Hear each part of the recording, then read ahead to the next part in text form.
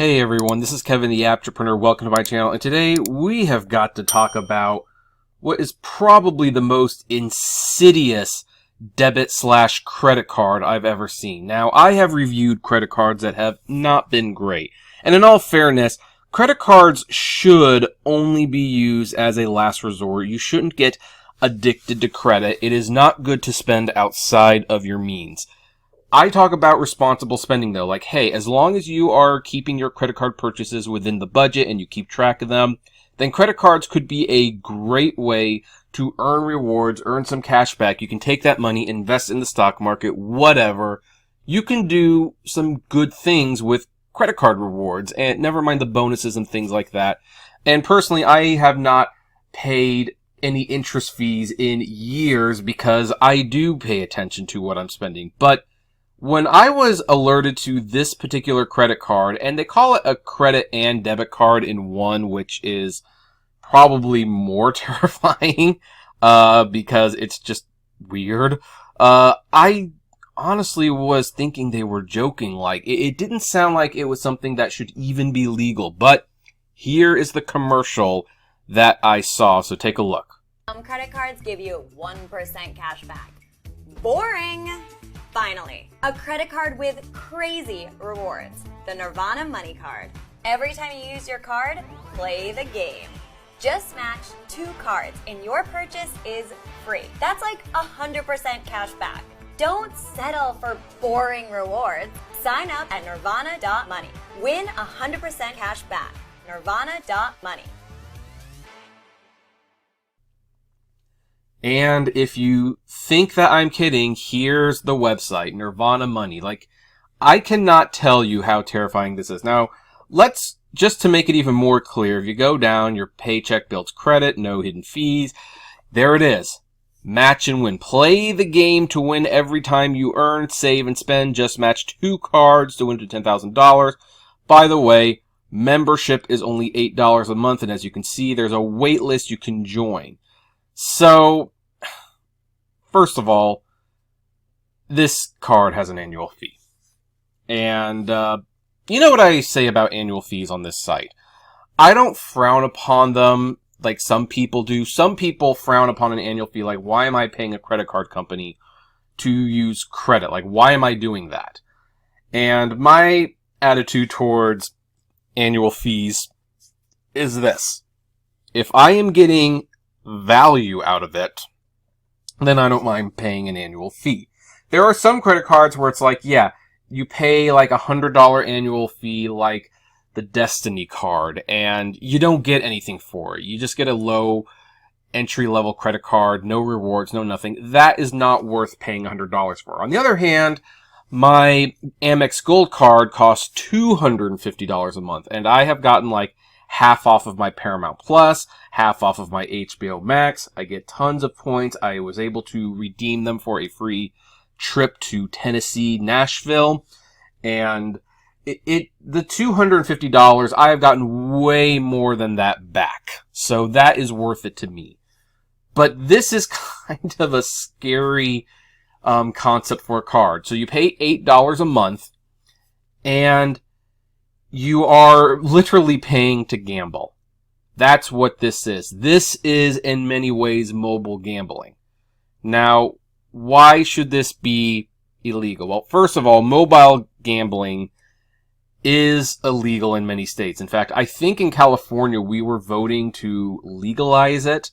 Like, basically, like, oh yeah, you can put gambling on mobile devices. And I know the big argument was that, well, you don't know if it's actual tribal lands who are getting the money from the mobile gambling. Anyone could do it. Frankly, I don't care. No offense to the indigenous people. You make so much money off preying off people's gambling addiction. I do not feel like I care whether or not the online gambling actually goes to you or not, because I think that is predatory regardless who's doing it. But I will say this. I still voted no on legalizing online gambling because the bigger concern I had was like, well, people who have gambling tendencies, if it's on their phone, it's really hard to get away from them. Not to mention, if online gambling is on your phone. Kids and teens who don't have a concept of what it is they're getting into can start, and they can become addicted for life. That's why I don't like the loot boxes. That's why I don't like the pay-to-win games. I do consider all that gambling, because people who have gambling problems, they are real gambling problems. And I know people who have had problems. I remember going to a wedding and seeing my cousin go to the blackjacks table, went to bed, woke up the next morning, and he was still there. And that's when I realized he had a problem. And this is just going to prey on those people. Now, some of you might be saying, well, what's the harm in swiping this card, playing the game, and maybe if you match 2 cards, you get that reward. You have that purchase paid off. And look, here's the thing. On the surface, that is not bad. That's fun. In fact, I bet you, especially when you just sign up for this thing, there's going to be a couple purchases, maybe a $10, $20, maybe even a $50 purchase that you play this game, you get it free, and it's like, yay, I got it free, so therefore I just saved $10, $20, or $50.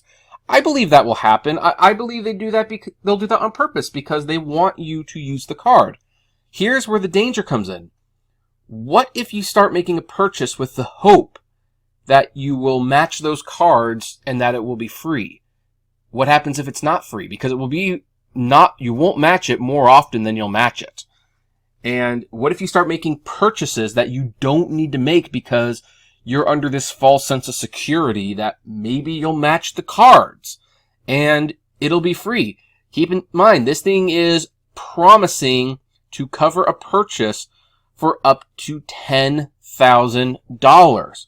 What if someone decides to charge, like someone's like a real gambling problem, a real gambling addiction?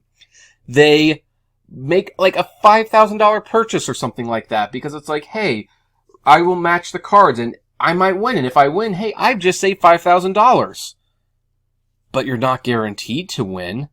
Heck, you're not even guaranteed how much you're going to win. This is totally unregulated, and they are pulling the strings. And I bet you this is going to work the exact way that real gambling works.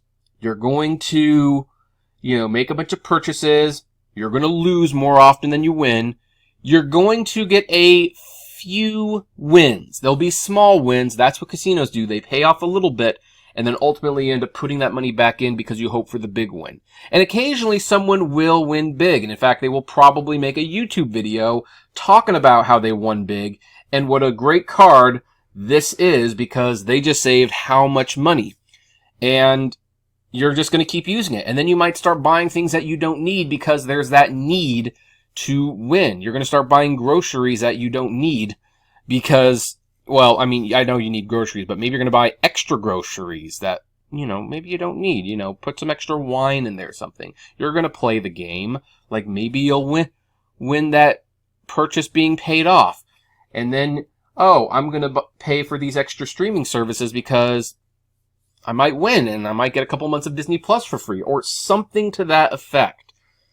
And it's just not going to work. So here's the thing. Like, you're paying $8 a month. Like, you're paying into this. I bet you will get some of that back, if not all of it back every month. And that will be the main justification. Like, well, as long as it's paying back what I'm putting in, that's going to work. But then you start making charges. And if you don't pay those charges back, guess what? Then there's going to be interest and you're going to be paying a lot more. I mean, this is how credit card companies get you in the first place. I mean, and I admit this.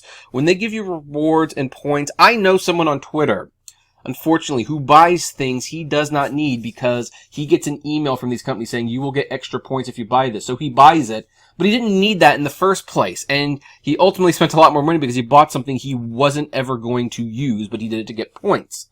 And so there's an addiction on that level for credit cards in general. You think you put in a credit card where your whole purchase could be covered if you match the 2 cards? You think that's not going to play into a gambler's addiction? It absolutely will.